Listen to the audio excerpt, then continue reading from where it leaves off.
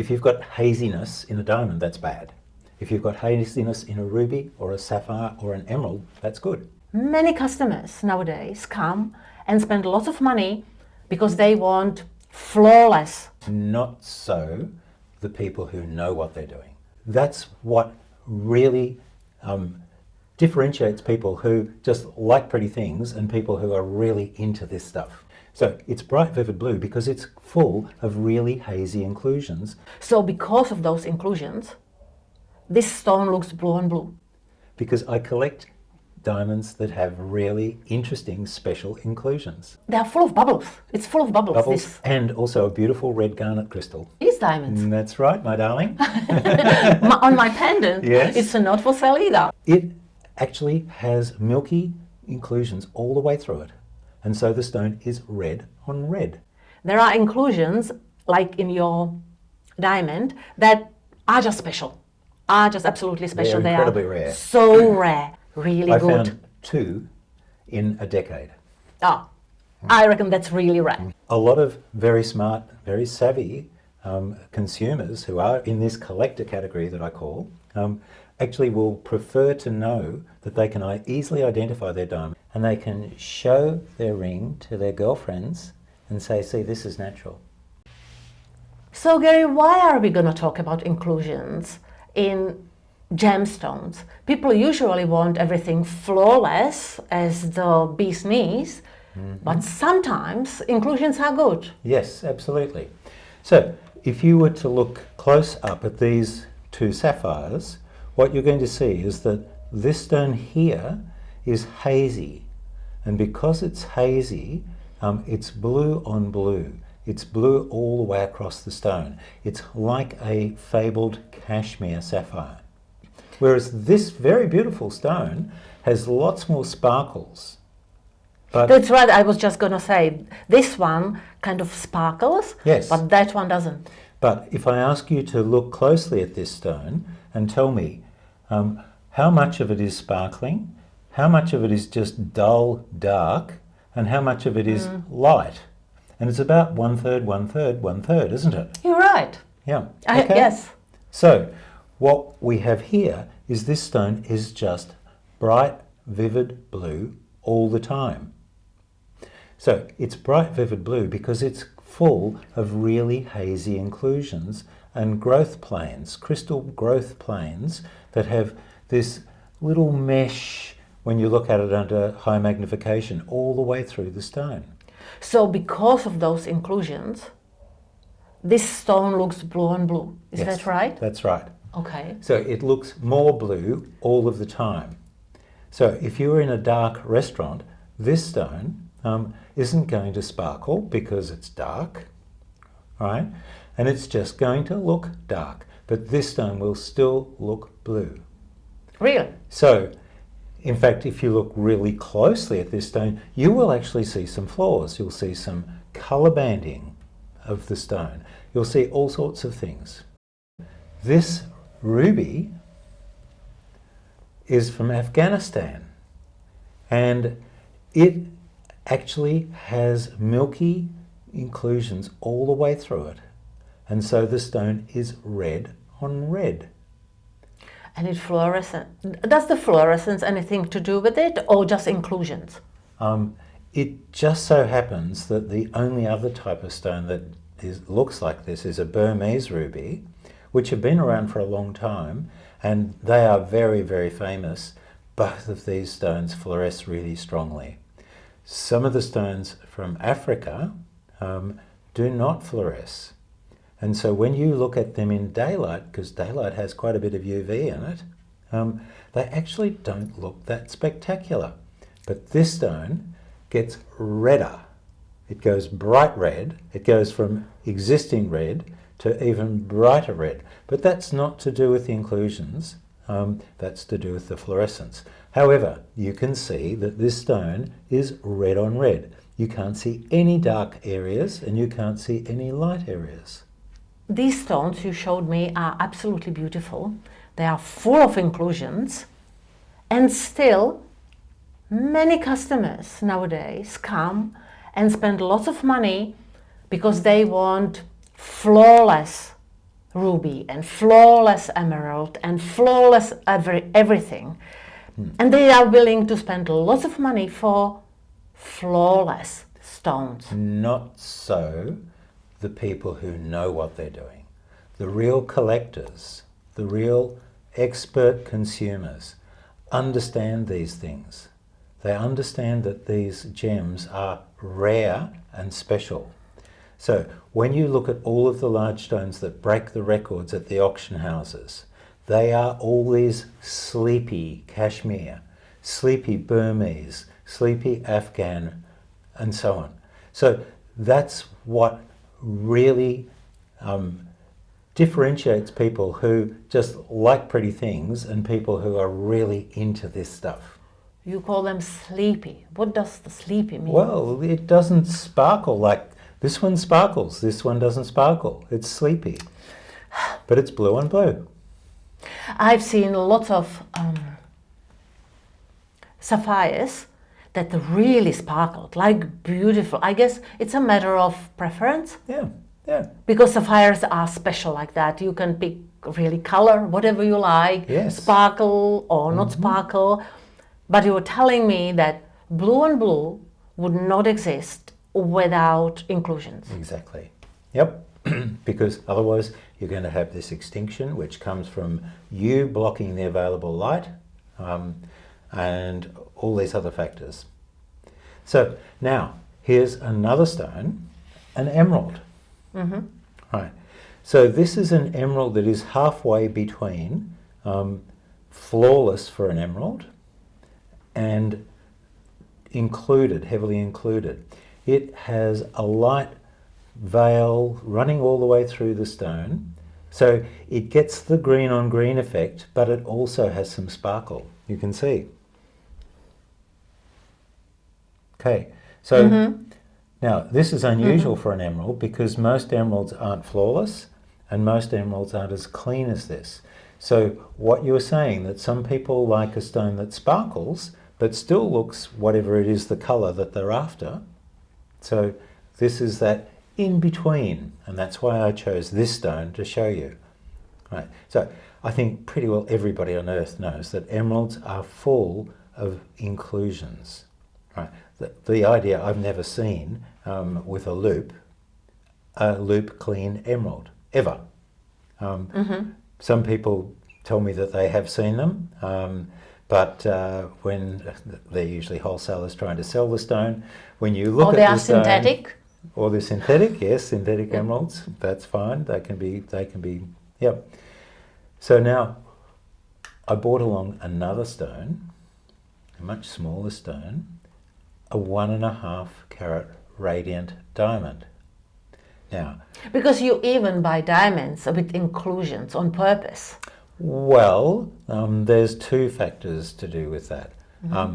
We tell our clients to buy the middle range of the clarity because you're not paying for a premium, and we make sure that we select diamonds with those VS2 SO1 inclusions that you can't see with the naked eye, and they don't make the diamond dull. Now, this is not a stone that is for sale. This stone is I2.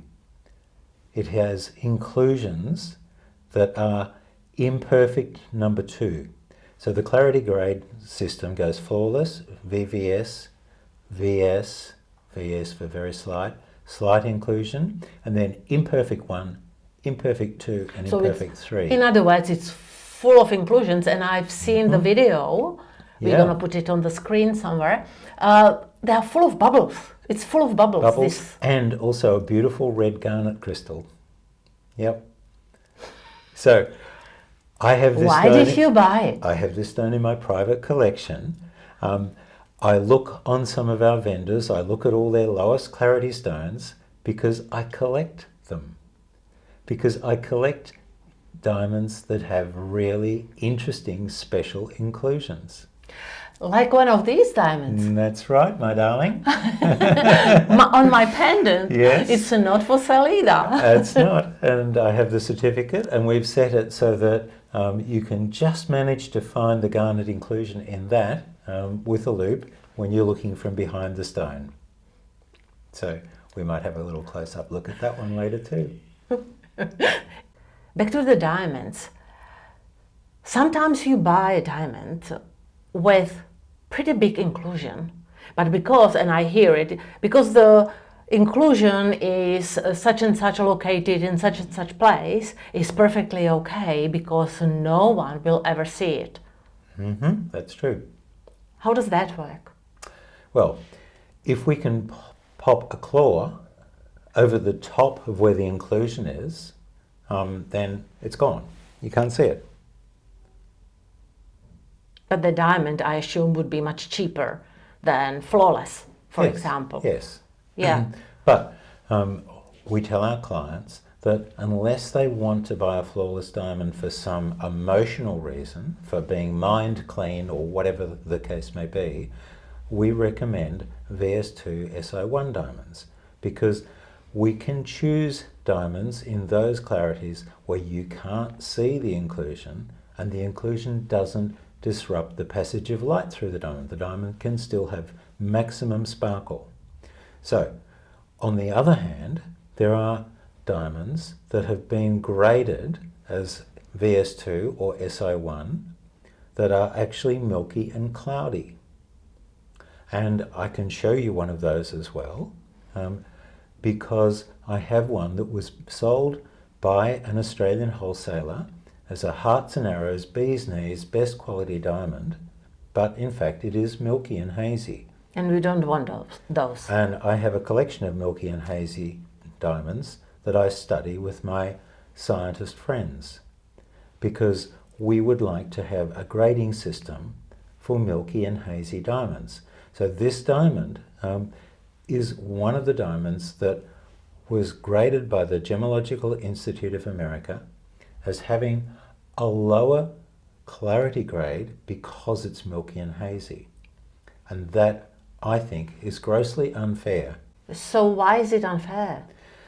Because the Gemological Institute of America puts on the grading report that the diamond clarity is based on clouds not shown, or the diamond clarity is based on internal graining that is not shown. And they don't plot that on their little graphs.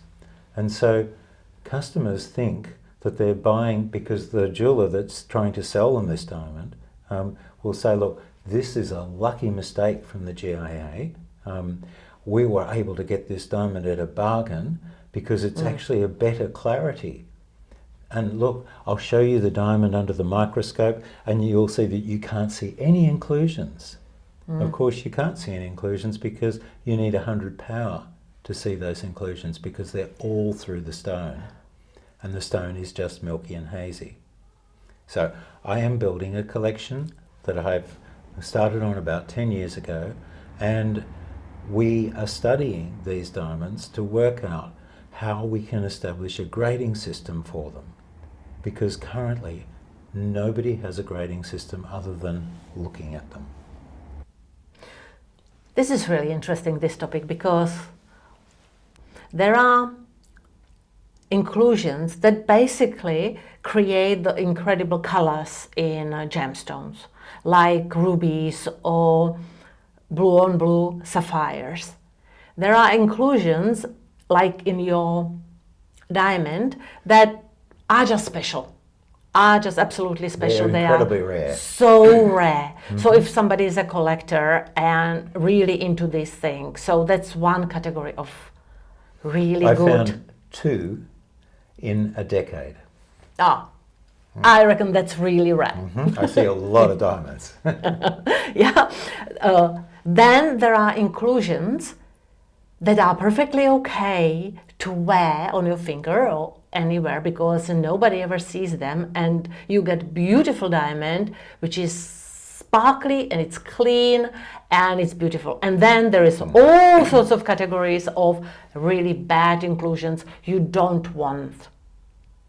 Is that a good summary, or am I making it up? Pretty good summary, yes. I would say that there are a couple of other factors too, because, for example, your diamond is an SI1, and I know where the inclusions are.